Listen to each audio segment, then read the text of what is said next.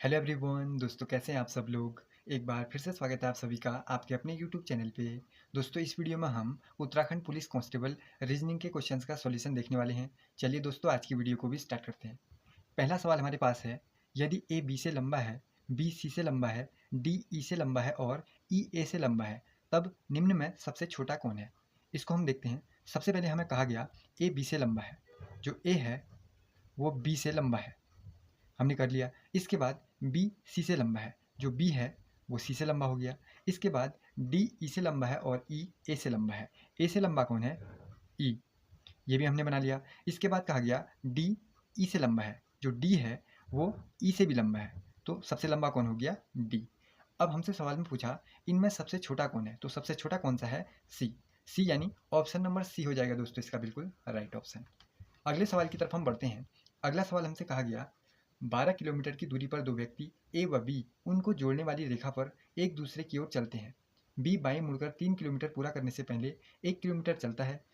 ए भी बी की ओर मुख करके x किलोमीटर चलने के बाद बाएं मुड़ता है और 3 किलोमीटर पूरा करता है।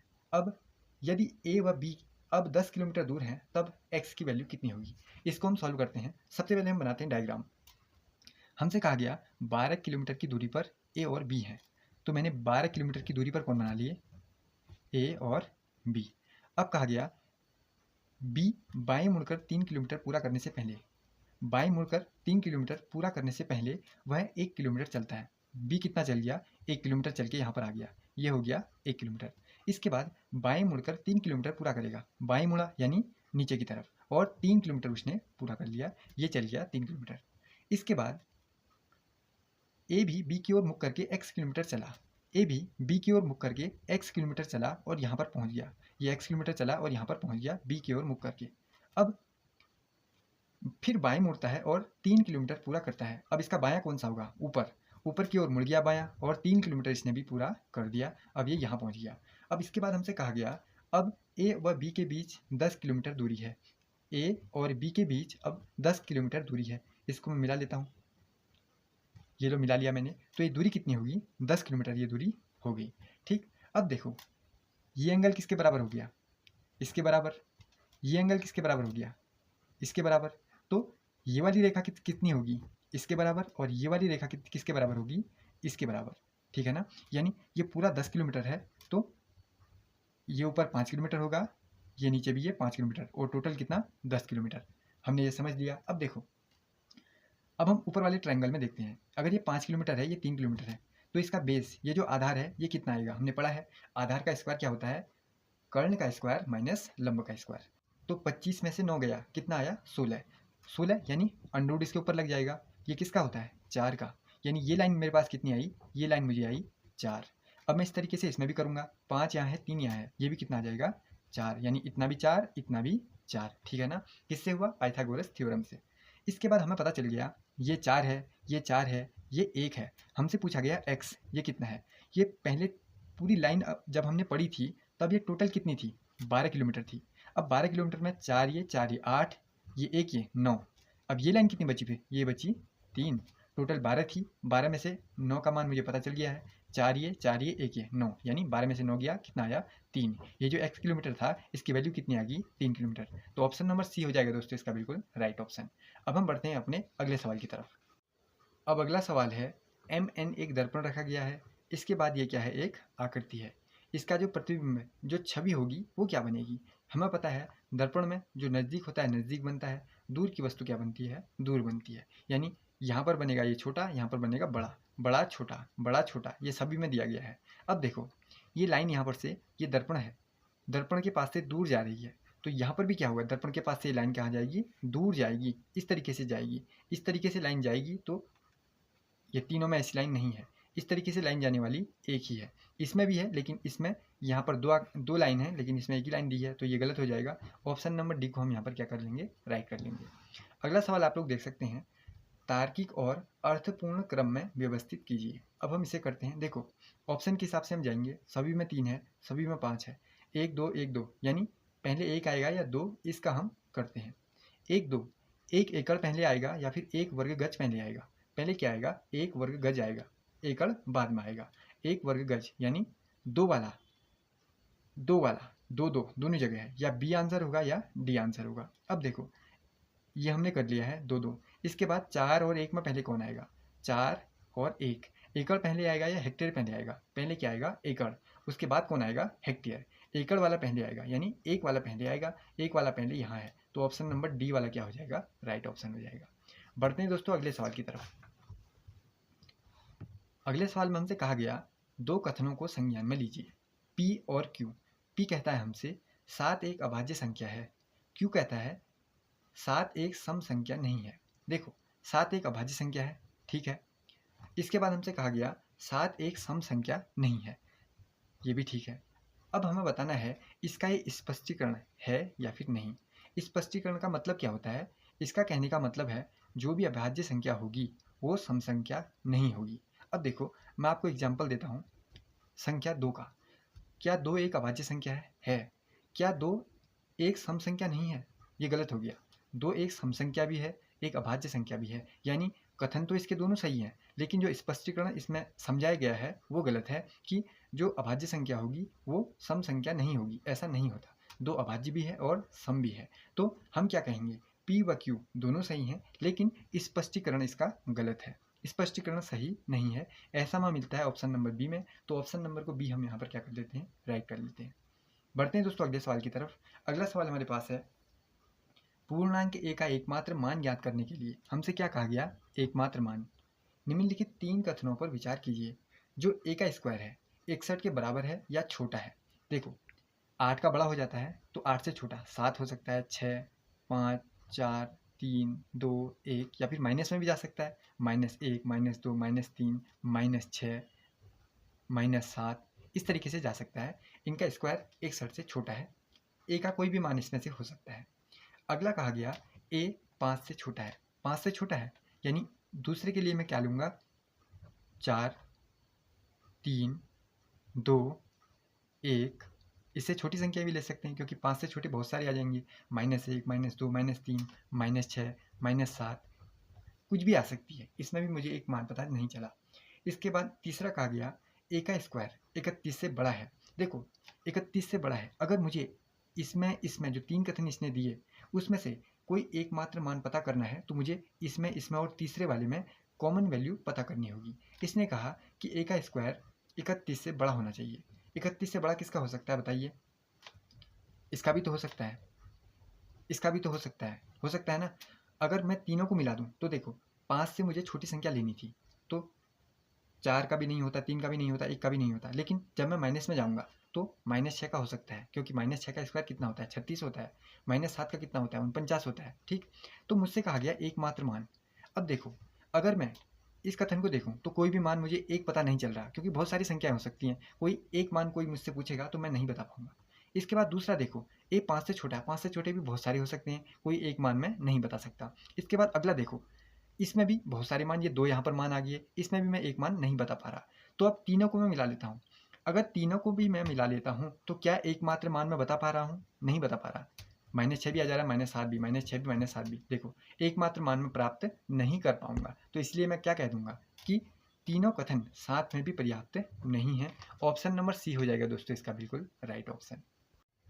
अगला भी क्वेश्चन है, इसमें Q को 5 लिखा जाता है किसी कूट में और SALT साल्ट को 28 लिखा गया है। देखो Q को इसने कितना लिखा है 5, EJOTY 5, 10, 15, 20, 25, इस तरीके से मैंने क्रम लिख लिया है।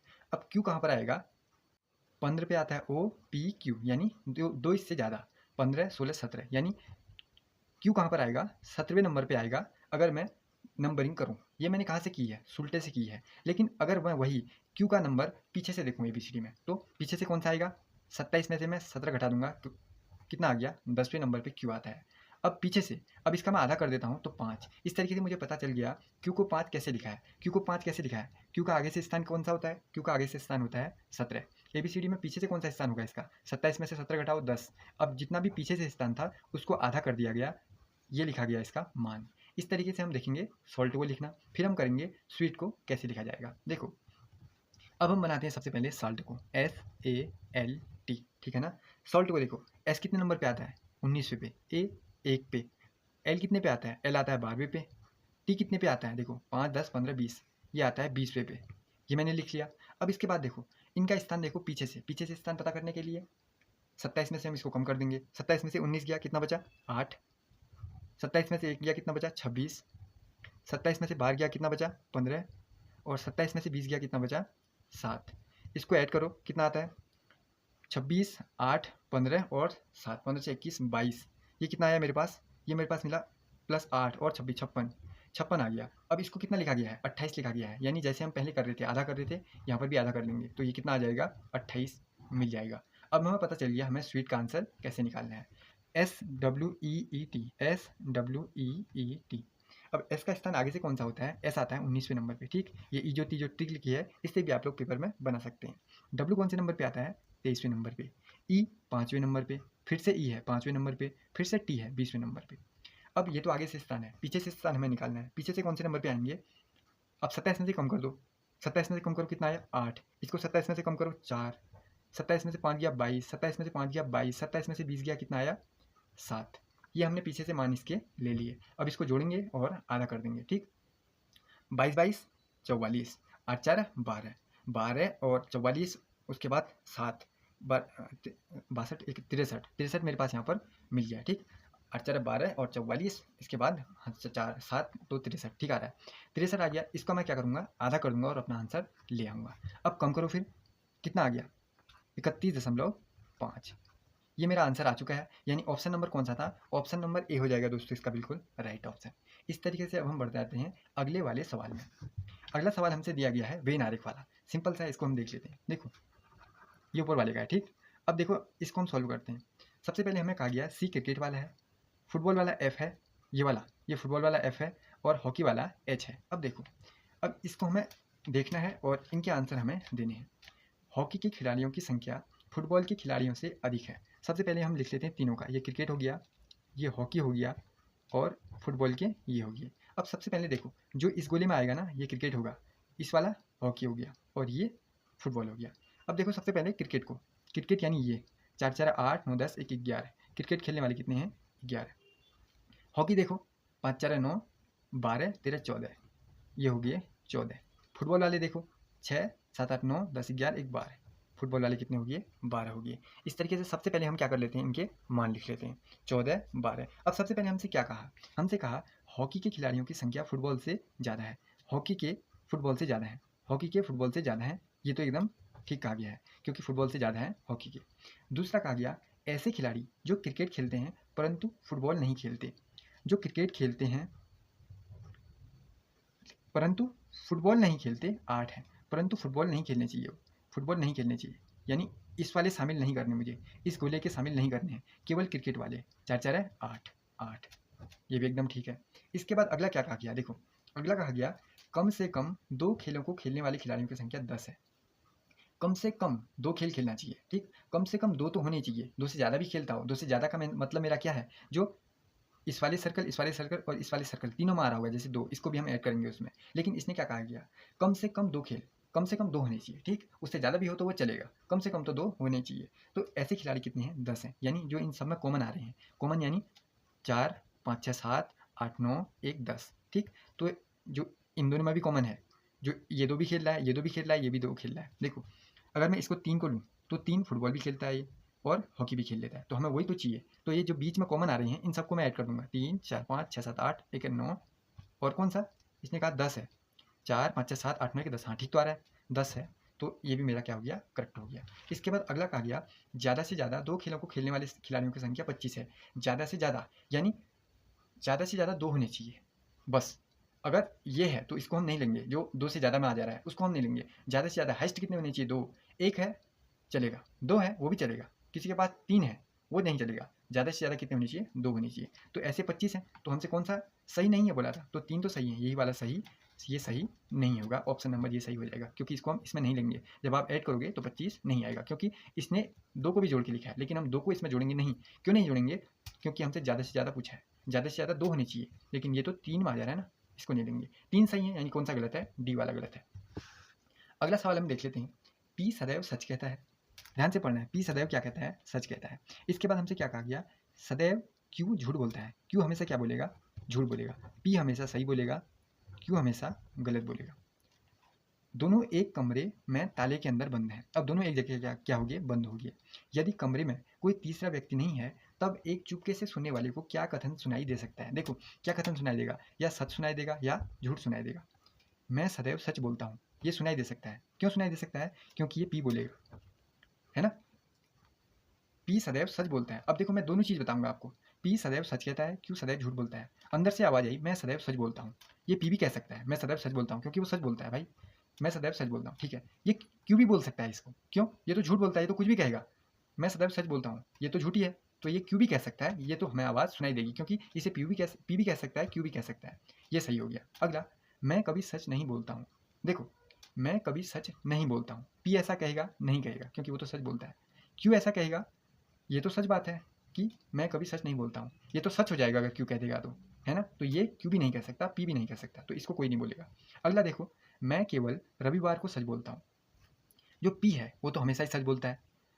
जो क्यों है ना, वो झूठ बोलता है। तो ये भी तो झूठ बोल सकता है वो, कि मैं केवल रविवार को सच बोलता हूँ, ये तो झूठ है।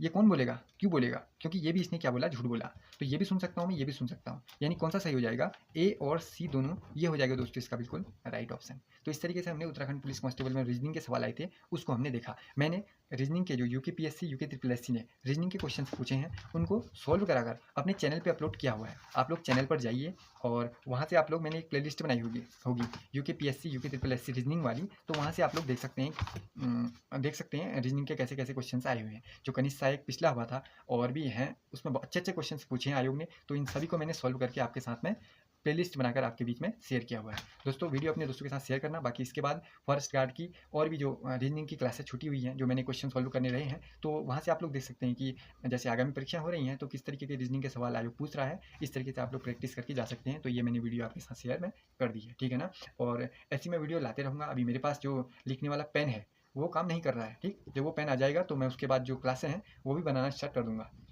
इसकी वजह से मुझे इस तरीके से क्लास बनानी पड़ी। इस वीडियो में दोस्तों फिलहाल इतना ही, मिलेंगे अगली नई वीडियो में। Thank you.